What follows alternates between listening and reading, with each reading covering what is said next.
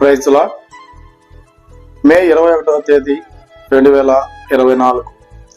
ఈరోజు దేవుడు మనల్ని బలపరచు వాక్యము సామెతలు 22వ అధ్యాయము 6వ వచనము. బాలుడు నలవవలసిన త్రోవను వానికి నేర్పుము, వాడు పెద్దవాడైనప్పుడు దాని నుండి తొలగిపోడు. ఆమేన్. ప్రియమైనటువంటి దేవుని బిడ్డలారా, ఈ ఉదయకాల సమయంలో మన పిల్లల గురించి దేవుడు మనతో మాట్లాడాలని ఆశపడుతూ ఉన్నాడు.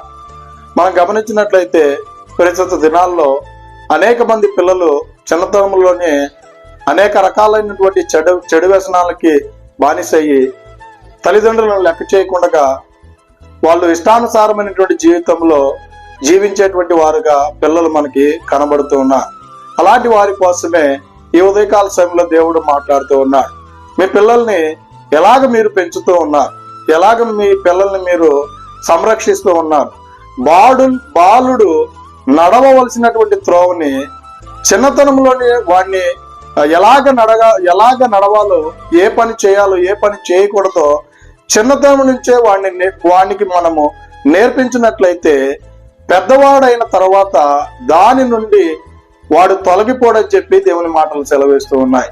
అయితే మనం చిన్నతనం నుంచి ఎలాంటి మాటలు మనం మన పిల్లలకి నేర్పిస్తూ ఉన్నాం, ఎలాంటి అలవాట్లు చిన్నతనం నుంచి మన బిడ్డలకు మనం నేర్పిస్తూ ఉన్నాం.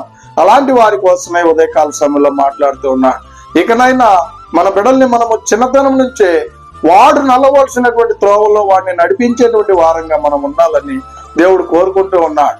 మనం గమనించినట్లయితే పెద్దవాళ్ళు ఒక సామెత చెప్తూ ఉంటారండి, మొక్కై వంగినదే మానై వంగదు అని చెప్పి పెద్దవాళ్ళు సామెత చెప్తూ ఉంటారు.